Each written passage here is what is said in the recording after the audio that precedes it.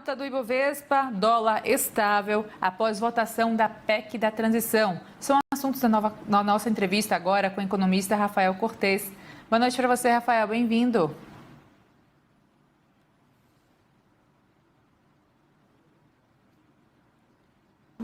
Vou tentar restabelecer o áudio com o Rafael Cortes, eu não consigo ouvi-lo. A gente vai tentar restabelecer essa conexão de áudio. Já ele chega por aqui para trazer... Rafael, deixa eu ver se eu te ouço. Vocês me escutam bem? Agora eu te ouço, agora eu estou ouvindo. Então tá ótimo. E estou interessada em saber qual é o reflexo do mercado financeiro, porque a PEC da transição estava no radar e trazendo aí, né, essa expectativa para vocês do outro lado da moeda.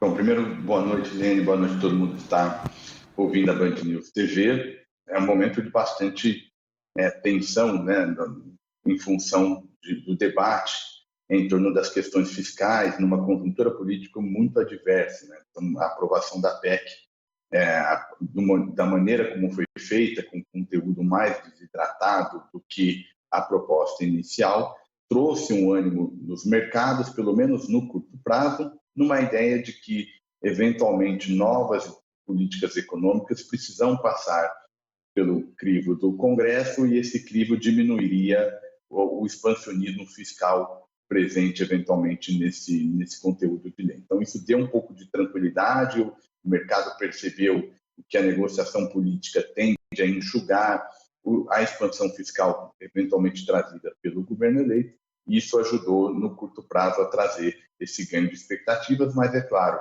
que a confirmação desse cenário mais positivo vai depender, evidentemente, da nova regra fiscal para gerar, de fato, uma perspectiva de estabilização da relação dívida-PIB, principal indicador de solvência das economias.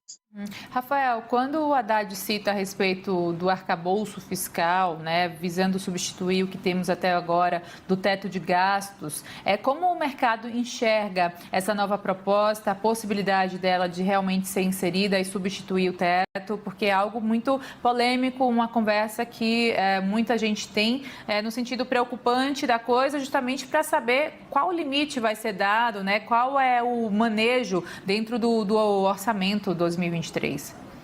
É verdade, Helene, até porque, como essa ideia, a proposta futura de um novo arcabouço fiscal está sendo sinalizada no momento de forte expansionismo. E aí a gente tem basicamente duas teses, né? A ideia de que essa nova regra fiscal não vai trazer uma meta para o gasto, né? E vai ser uma meta do que os economistas chamam de resultado, né?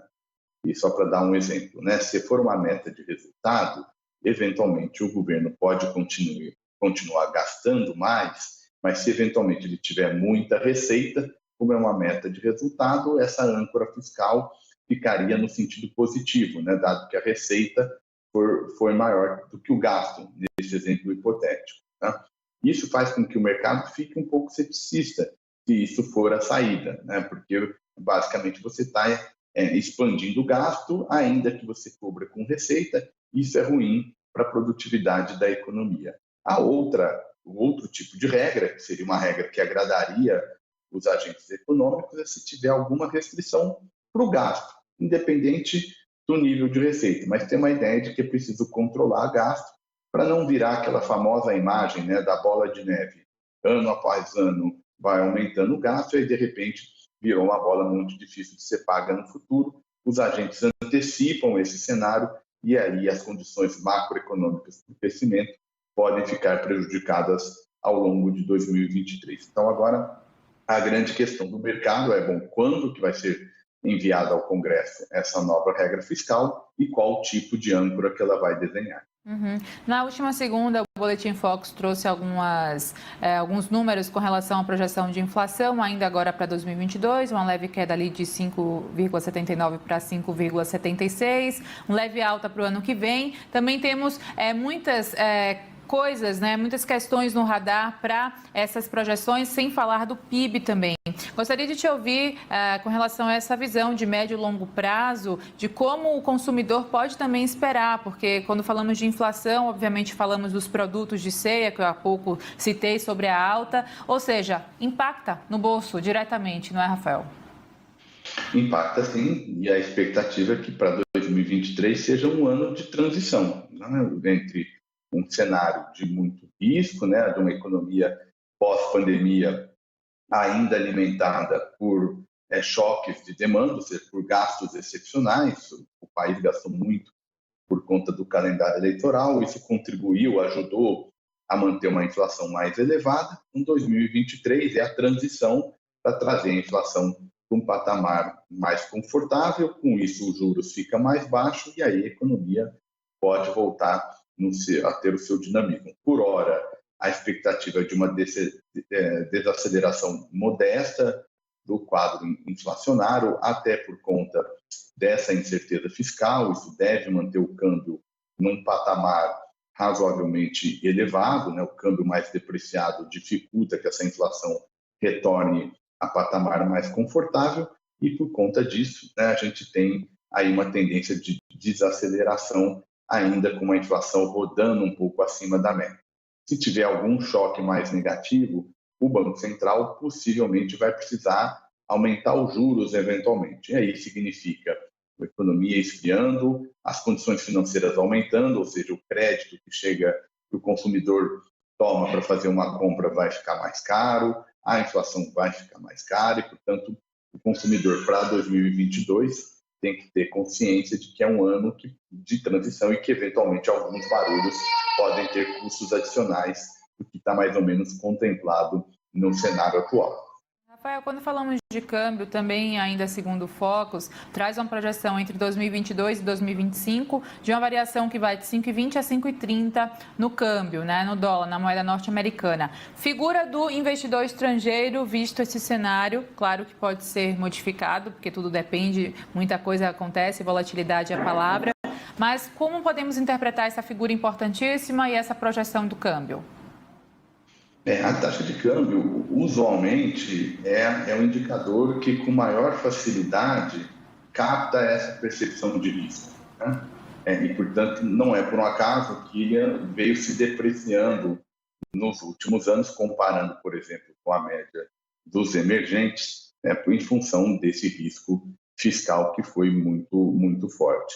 Por hora, ele ainda não está precificando tão forte esse risco, porque a economia brasileira tem uma taxa de juros muito mais alta do que a média, seja dos emergentes, especialmente das economias avançadas. Então, por conta dessa atração do investidor por esse juro mais alto, o câmbio segue razoavelmente confortável, mesmo com essa incerteza fiscal. Poderia estar num patamar ainda mais depreciado. Pensando no futuro, se o problema fiscal fica equacionado, se a inflação vai para um patamar mais tranquilo, né, mais dentro da meta, o juro baixa e aí esse câmbio tende a ter um pouco de depreciação no curto prazo, para depois, como a economia cresce, uma economia pujante, isso atrai investimentos e aí gera uma apreciação na taxa de câmbio. Mas, por hora, eu acho que o que é ponto importante, Nini, é pensar que o Brasil ainda não está próximo ao que os economistas chamam de câmbio de equilíbrio, né? Que é uma taxa que refletiria os fundamentos econômicos. Nesse momento, ainda tem muito ruído político contribuindo para a gente entender essa taxa de câmbio.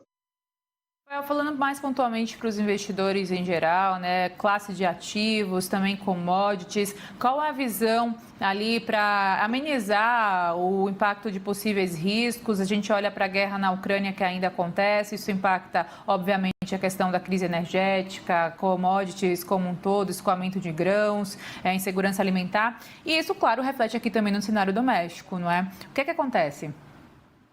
Por dois canais, né? Primeiro, esse que você mencionou, né? Você tem um cenário internacional com muito ruído e que, eventualmente, esses ruídos acabam prejudicando a rentabilidade das empresas e aí, na média, né, índices associados à Bolsa podem perder valor, elas podem sofrer mais nesse contexto de que a economia é mais fraca, isso, em tese, prejudica as margens das empresas, tudo mais constante, isso significa um quadro mais complicado para a Bolsa. Isso também, esse quadro mais complicado também reflete a questão doméstica, né? Com um diferencial de juros tão grande, a taxa de juros muito alta, títulos de renda fixa são também mais atrativos, e aí a renda variável ou seja, aquele tipo de ativo que traz um retorno que varia no tempo, não é fixado, então a renda variável costuma sofrer um pouco mais quando a taxa de juros está elevada. Então, isso também é um outro fator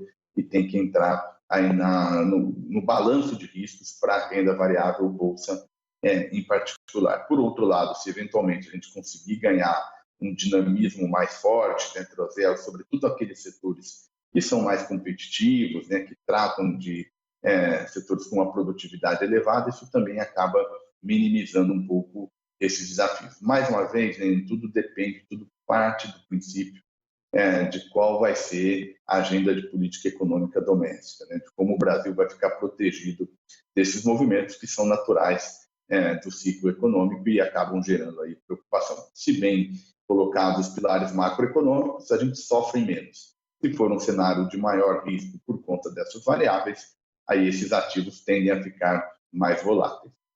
A gente fala para o investidor pontualmente e também falamos para o consumidor como um todo, porque o que eu mais acredito que as pessoas do outro lado da tela querem saber é quando a inflação realmente, né, vai deixar de afetar tanto os alimentos, principalmente, ou até os combustíveis.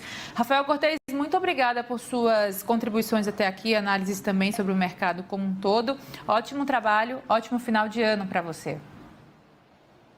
Eu que agradeço mais uma vez estou à disposição. Uma boa noite a todos e um feliz festas para todo mundo.